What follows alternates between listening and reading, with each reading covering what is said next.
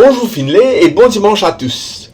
C'est vraiment avec un grand plaisir que je vous retrouve pour ce premier dimanche culture de 2026 qui précède le troisième lundi de janvier, le Martin Luther King Day of Service. Le Martin Luther King Day of Service étant un jour férié aux États-Unis, mais pas que, puisque le pasteur King a eu un rayonnement international. Et quelle pertinente coïncidence de commencer l'année en célébrant la mémoire de cet homme d'exception dont la contribution contre la discrimination, l'oppression et l'exclusion a transcendé, au risque de me répéter, les frontières américaines pour s'inscrire comme une incarnation de la victoire de la non-violence active sur la brutalité et la vengeance. Je vous invite donc, sans transition, à vous retrouver à Atlanta, dans l'État de Géorgie aux États-Unis, là où un certain John Pemberton a inventé le Coca-Cola. Il fait très froid en ce 15 janvier 1929, mais à Auburn Avenue, chez les King, le temps est à la joie. L'enseignante Alberta King, née Williams, vient de donner naissance à un gros bébé. C'est un garçon. Il s'appellera Michael, mais pas pour longtemps. En effet, 6 ans plus tard, son papa, le révérend Michael King, succombant sous l'inspiration du réformateur Martin Luther, changera son propre nom, aussi bien que celui de son fils, quand il se rendra en Allemagne pour un congrès de l'Église baptiste. Désormais, tous deux s'appelleront Martin Luther King. Et oui, ce fils aîné qui fait la fierté du révérend Michael sera pasteur baptiste comme lui. Il le sent, car chez les King et les Williams, le ministère religieux et la quête de la justice et de la vérité, c'est dans le sang. Et ça, Daddy King le sait. Il le sait lorsqu'il se penche sur le nouveau-né, troquant sa rigide carapace contre quelques larmes de joie qui glissent le long de ses joues. La seule différence, c'est que ce petit-là, sera un génie. Il sautera 2 classes pour se retrouver au Morehouse College à l'âge de 15 ans. La seule différence, c'est que son style se distinguera de celui de papa, moins centré sur l'autorité pastorale, mais plus collaboratif, mettant l'emphase sur la transformation collective.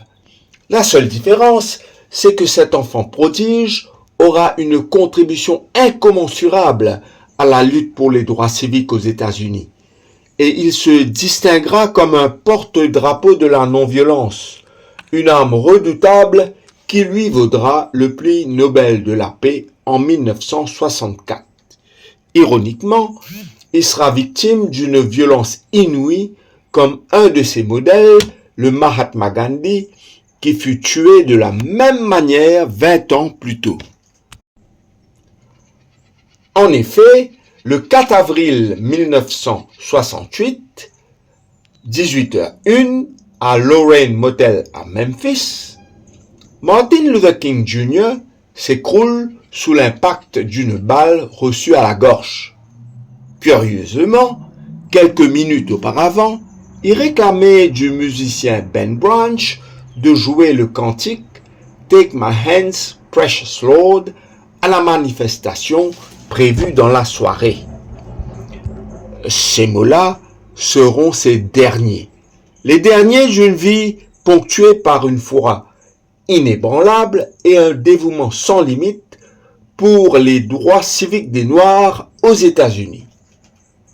La veille de sa mort, le même Dr. King prononce un discours prémonitoire intitulé « Mountain Top », dans lequel il dit voir la terre promise, une terre qu'il dit craindre, ne pas avoir l'occasion de fouler, mais il promet à l'assistance que tous ensemble, comme un seul peuple, qu'ils vont y arriver un jour.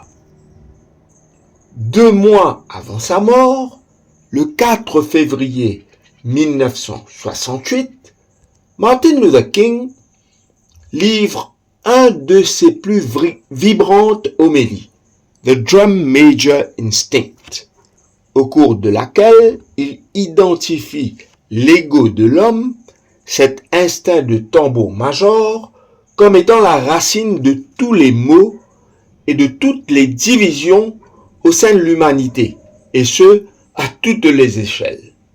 Ce sera sa dernière homélie, durant laquelle, curieusement, il évoque sa propre mort, prescrivant l'hommage funèbre qu'il aurait souhaité entendre ce jour-là.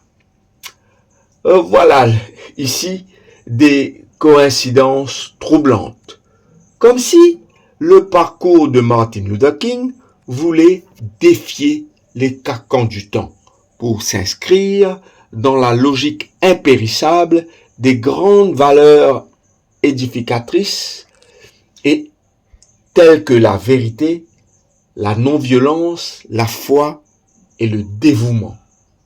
Martin Luther King était un jeune pasteur de 26 ans, docteur en théologie, lorsqu'il tomba dans l'arène des droits civiques en décembre 1955, quand une certaine Rosa Parks refusa de céder sa place à un blanc dans un autobus de la Montgomery Bus Service. Lui, ce jeune pasteur surdiplômé, qui pouvait entrer par la grande porte des facilités, choisit de passer par la porte étroite qui lui valut de vivre constamment sous la menace pour le restant de ses jours. De nos jours, le dévouement, le sens de l'engagement semble sérieusement menacé. Qui serait prêt aujourd'hui à donner sa vie pour les autres en dehors d'un membre de sa famille, en dehors d'un être aimé? Il n'y a qu'à voir le nombre grandissant de divorces pour se rendre compte que l'engagement vacille. Et là, je ne vous donne qu'un exemple. Pourtant, c'est bien l'engagement, c'est bien le dévouement qui fait grimper jusqu'aux cimes infranchissables. Sans engagement, sans dévouement, on n'obtient rien de sublime, d'époustouflant, de solide. Le sacrifice, le dévouement, ça s'inculque, ça s'apprend, ça se vit en famille, ça se vit en société.